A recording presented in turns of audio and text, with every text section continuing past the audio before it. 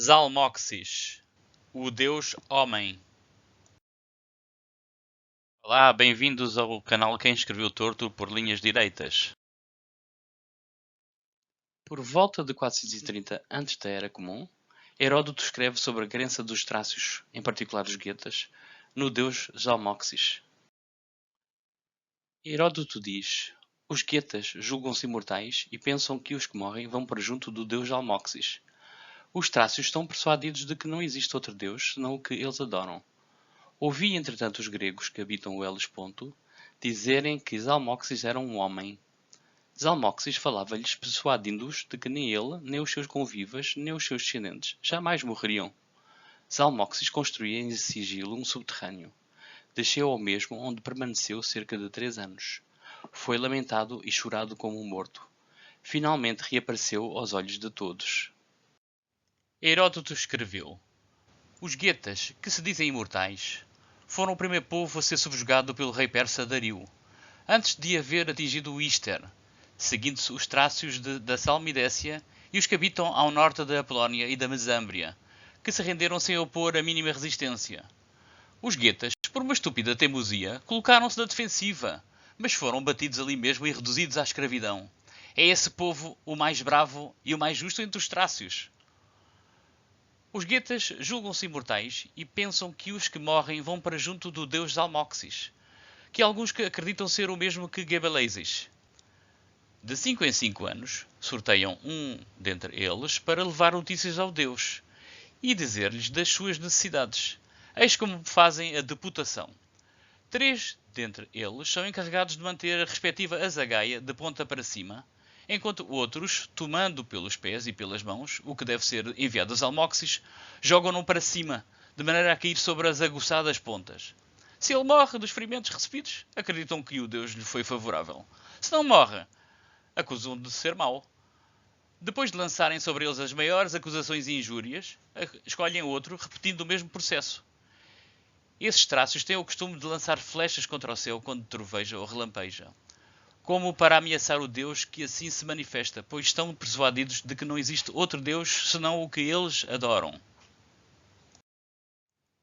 Ouvi, entretanto, os gregos que habitam o Helesponto dizerem que Zalmoxis era um homem, tendo vivido em Samos como escravo de Pitágoras, filho de Messarco.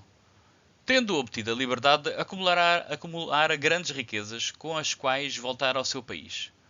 Observando a vida infeliz e grosseira dos Trácios, ele que tinha sido educado segundo os costumes dos jónios, e contraído com os gregos, e particularmente com Pitágoras, um dos mais célebres filósofos da Grécia, o hábito de pensar mais profundamente do que os seus compatriotas, mandou construir um soberbo recinto, onde oferecia festas aos grandes da nação. Em meio ao banquete falava-lhes persuadidos de que nem ele, nem os seus convivas, nem os seus descendentes jamais morreriam, mas que iriam para um lugar onde desfrutariam eternamente de toda a sorte de bens. Enquanto assim procedia perante os seus compatriotas, entretendo-os com esses discursos, construía em sigilo um subterrâneo. Concluído este, esquivou-se da vista dos Trácios e desceu ao mesmo, onde permaneceu cerca de 3 anos. Foi lamentado e chorado como morto. Finalmente, passado este período, reapareceu aos olhos de todos, convencendo-os com este artifício de tudo o que lhes havia dito. Não rejeito nem admito o que se conta de Zalmoxis e do esconderijo subterrâneo, mas penso ter ele vivido muito antes de Pitágoras. Em todo o caso, trata-se de um homem ou de Deus, é isto que concerne a Zalmoxis. Quanto aos Getas que o cultuavam da maneira a que me referi, subjugados pelos guerreiros persas, acompanharam a expedição de Dario.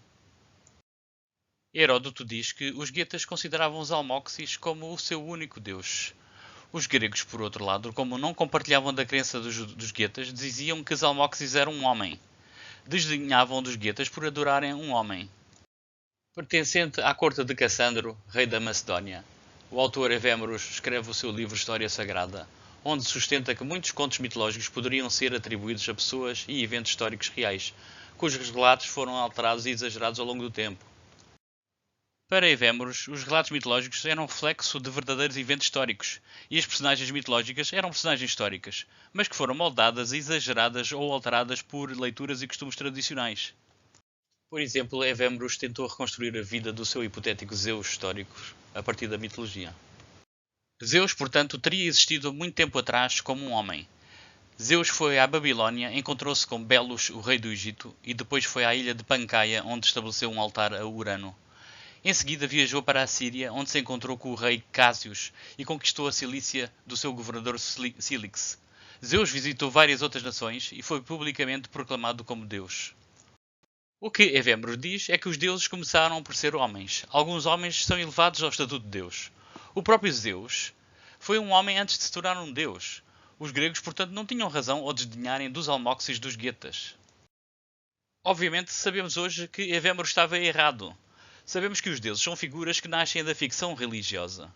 Quando muito, as suas aventuras podem ser inspiradas em episódios de figuras históricas como reis ou outras pessoas relevantes. Platão também tinha escrito sobre Zalmoxis o seguinte: Zalmoxis era considerado um deus e um rei entre o seu povo. Ele ensinou como curar o corpo e a alma de uma forma diferente que os médicos usam.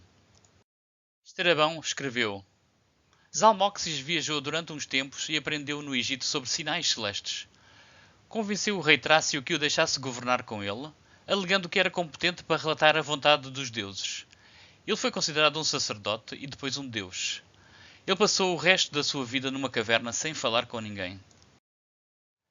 Em 106 da Era Comum, Trajano conquista a Dácia, a terra dos antigos guetas e que hoje corresponde à Roménia. Um pouco mais tarde erigiu uma coluna, a Coluna de Trajano, em Roma, onde contou por imagens a história das guerras dácias. Segundo relatado pelo imperador Juliano, Trajano terá dito: Os guetas, ou dácios, que eu derrotei eram os guerreiros mais valentes do mundo. Não só por causa da sua força física, mas por causa dos ensinamentos do seu aclamado Zalmoxis. Convencidos de que nunca morrem, mas que apenas mudam de residência, estão mais inclinados a enfrentar a morte na guerra que os outros. Orígenes escreveria sobre Zalmoxis também em Contra Celso.